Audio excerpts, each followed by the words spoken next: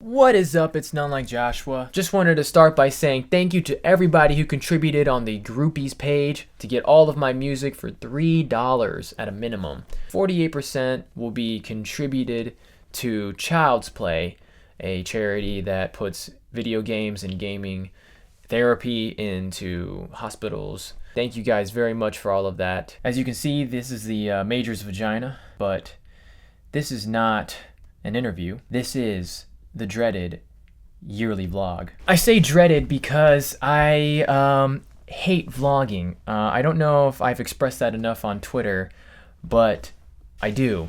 I'm completely uncomfortable right now. I'm completely out of my element. I hate talking to a piece of equipment. But if you ever do meet me in real life, or some of you that have, know that I have no problem saying anything whatsoever. That's why I'm only going to do this once a year. If you want to really get to know me, come to my shows or watch my live streams, any one of the two, and ask me whatever you want to know, because I don't like talking to a camera. Here we are, 2017. We should look at what happened in 2016. What some people would call a pretty horrible year. You know, I don't really dwell on negativity. I personally had a good year. 2016 started off with an awesome show in Colorado. I got flown out to Fort Lewis College to play a show and give a workshop on how to actually be an independent artist and all that. That was really fun. Thank you so much, Fort Lewis College, for bringing me out. I would love to come back again. You guys are awesome. Got to play a show in Denver as well with some of my favorite producers, Frequent and Evoke, and one of my awesome buddies, So Lee. What up? If you know from back in the day, he and I used to collab a lot. Then after that, I got to go to Florida. That's where I filmed the Erased Rap. I also decided to make a political video. Probably my last one as well. It's funny because I remember reading the comments about that and seeing how people just automatically thought I meant, just don't vote. And that was kind of interesting. These were my actual political thoughts all put into one song. I was so tired of hearing about the elections, about what was right and what was wrong. And that's why I laid out right in the beginning of the song, I don't know everything, but let me tell you what I think. Just to give some perspective, especially a libertarian capitalist as myself. And to give that kind of perspective is not really mainstream. We only hear usually the black and the white, the incredibly democratic socialism or the conservative republicanism, which both sides have some retardation to them. But there's always a middle ground that is never talked about. There's always a solution where we can take the best from both sides. But I decided to actually make a song about that. And I also said right at the beginning, listen to the end of the song. Because I knew some people were going to be like, what? Not vote? You're a fucking asshole. I knew that was going to happen. So I was like, let's see how obvious I could make it. And of course, people didn't. They didn't get it. And I kind of expected that. But at least I deterred some, some idiocracy. If you got rid of people and cut loose ends or whatever, cut your circle, just because of people's political beliefs, not everybody is going to think that your opinion is the best. Not everyone's going to think you're the smartest, because you're not. And the more entrenched you are into one side of politics, it turns out the more ignorant you truly are. And then, after this whole political stuff, I went to Europe in the summer and the fall. I got to go to France. I got to go to Czech Republic. I got to go to Germany. I got to go to the Netherlands. I got to go to London. Man, it was awesome. I made an entire metal, gent, rap, melodic, nerdcore album with Smash It combo. So we finished the album. We're getting it ready for this year. So look out for that as well. In the Netherlands, I got to play at MGC Experience with Palm Mute. Thank you for that, Mitch, for bringing us out. Sorry it was a shit show afterwards trying to get to the airport. I missed my flight to London, but I made it to London in time and went straight to the venue and met up with friends there and played a show with Shirobon, with Madnap, with Thomas Prime, and it was awesome.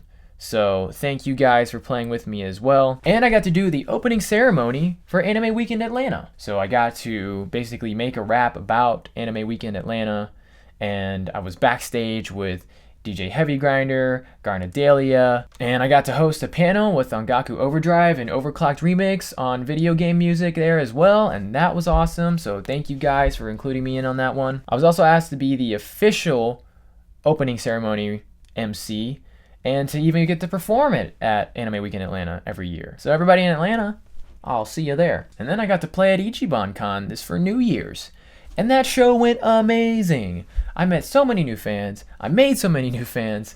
I got to host a panel as well. Thank you, Nick, for including me on that one. And then I'll be playing in Colorado at Anime Land Wasabi in Denver. Then I'll be playing at TriadCon in Greensboro, North Carolina. I'll be playing at Colossal Con in Ohio. But obviously, if there are any cons that you know of, feel free to swing them my way, and I'll see what I can do. And then this year included awesome collabs with NemRaps, with Game Boy Jones, and awesome ones planned for this year. Awesome co-producers I'm going to be working with this year. I'm not going to reveal yet. And another thing that happened this year that was really interesting was that YouTube randomly started recommending my 23 Styles of Rapping video that I made as a joke, and it just took off. People lost their shit.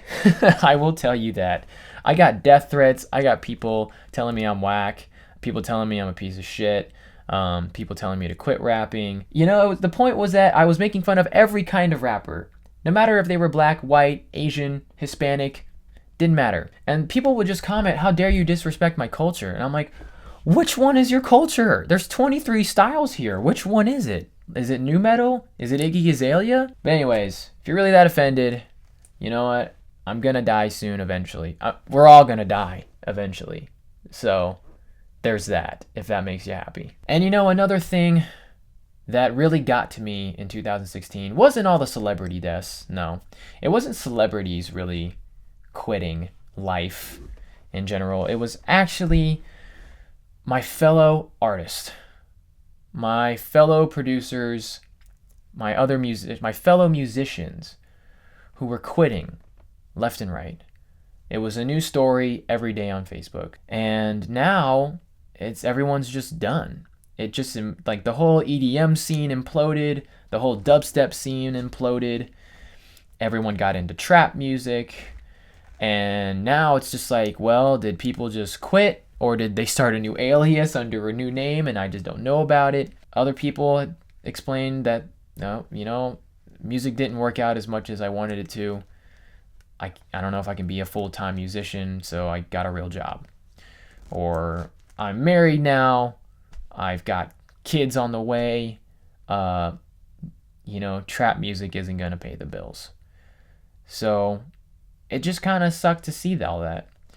And people kind of going in different directions and doing different things, I guess.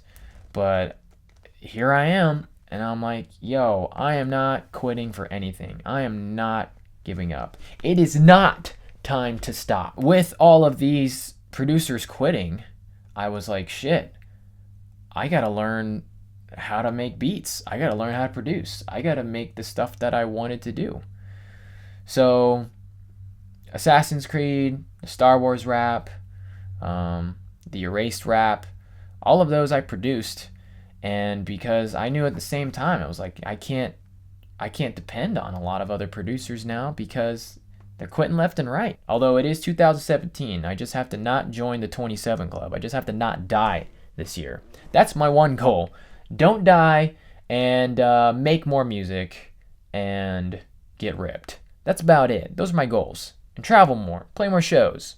That's why I'm playing all these cons. Not only did other artists that I know quit, some of them just went batshit crazy.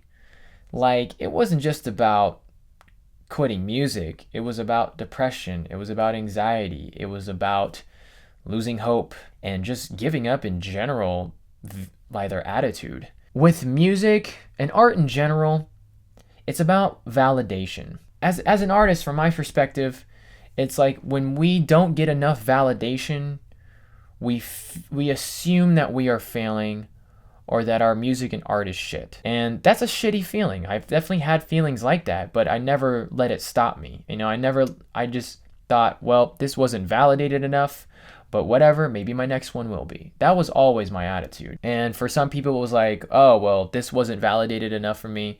Therefore, what is the point of trying again? You have a lot of competition now.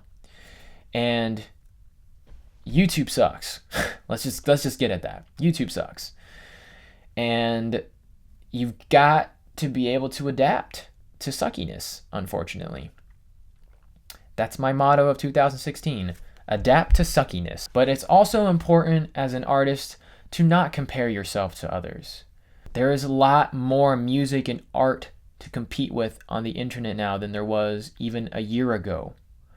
You gotta up your game. As Quentin Tarantino said, you gotta make a Reservoir Dogs. Validate yourself before you expect validation from others. And then the other biggest thing that happened this year for me was that I decided to go full nerdcore. Okay, so my camera stopped recording and I talked for at least another 10 minutes. Another reason why I hate vlogging. You know, I put out Allies Part 1 as like an original EP to see where it would go, to see what I could do with it, to see who would want to promote it, who would want to do this with that. And, you know, it didn't go as far as I thought I would. And I think it was just me trying to prove to the people and other artists that were really pressuring me to quit making nerdcore and start being more of like a typical rapper, more of an original rapper, kind of braggadocio rapper, always confident rapper, always potential to be on the radio kind of rapper. And this was my way of saying, okay, I will try it and let's see how it goes. And so I tried it and it just doesn't vibe with people. It just doesn't vibe with everybody. And I'm okay with that. I'm not trying to be something I'm not. I'm not always gangsta. I'm not always a badass. I'm also just not trying to be a typical rapper. I like telling stories. I like being a storyteller. I like being a character. I like putting myself in somebody else's shoes. And to me, that's unique enough. That's my kind of unique. I don't care to be on the radio. I don't care to be on TV. I don't care to try to please everybody or appeal to the lowest common denominator. And when I had announced that on like Facebook and stuff, I remember Dan telling me on Twitter that, you know, the narrower the peg, the easier it is to go through the wall. And then I said, that's what she said. And he didn't respond, so I don't think he thought it was as funny. I've learned everything I could into making beats, into refining my lyrics, into telling stories, and to edit video, to get the right shots and everything. I've learned all of this for a reason. And how to perform live, that's a skill too. So I think it's all come to this, and I'm happy that I'm getting the opportunities that I wanted with what I've chosen to do. It's my calling, and I feel the most passionate about it. I'm done listening to the haters. I'm done listening to other original artists trying to pressure me. I am done listening to anybody else on what I should do. I like what I do. And I want to take it as far as it can go. I want to travel the world. I want to meet new fans. I want to make something that hasn't been made before. And that's what I plan on doing. Now it's 2017.